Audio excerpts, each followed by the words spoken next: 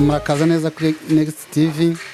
Nitwa Albert Ndayambaje, nkaba ndi umutetsi wabigize umwuga ku bintu bitandukanye. Uyu munsi dufite isomo, turiga gukora sosiso special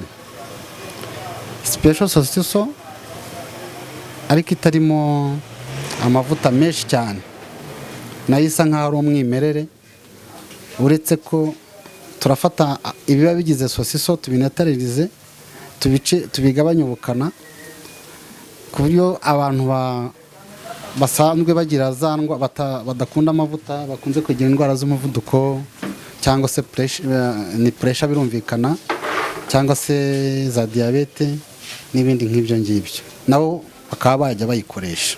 Ikintu cya mbere ndi bukenere ni sosiso, birumvikana.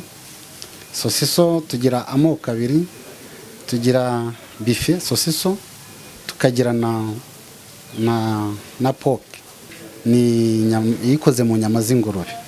Noneho turaza kwifashisha ikindi, ni amavuta y'ibihwagari, niyo dukoresha uyu munsi. Then next tuzakoresha andi.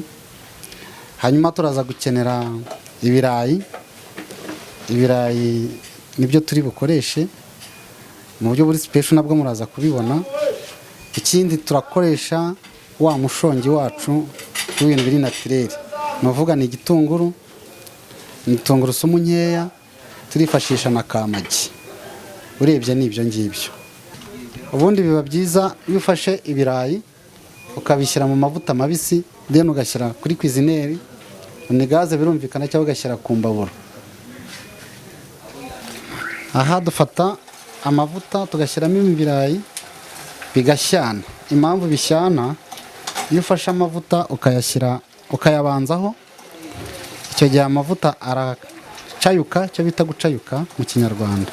Noneho washyiramo ibirayi, nabyo bigashya huti, ntago biba byinjiye neza, ngo amavuta ntago aba yabyinjiye.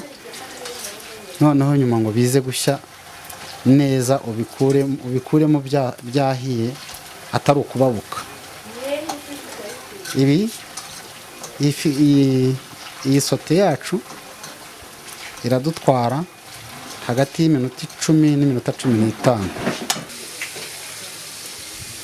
Ya firiti yacu twari dutegereje hagati y'iminota 7 n'iminota 10 imaze kuba ready.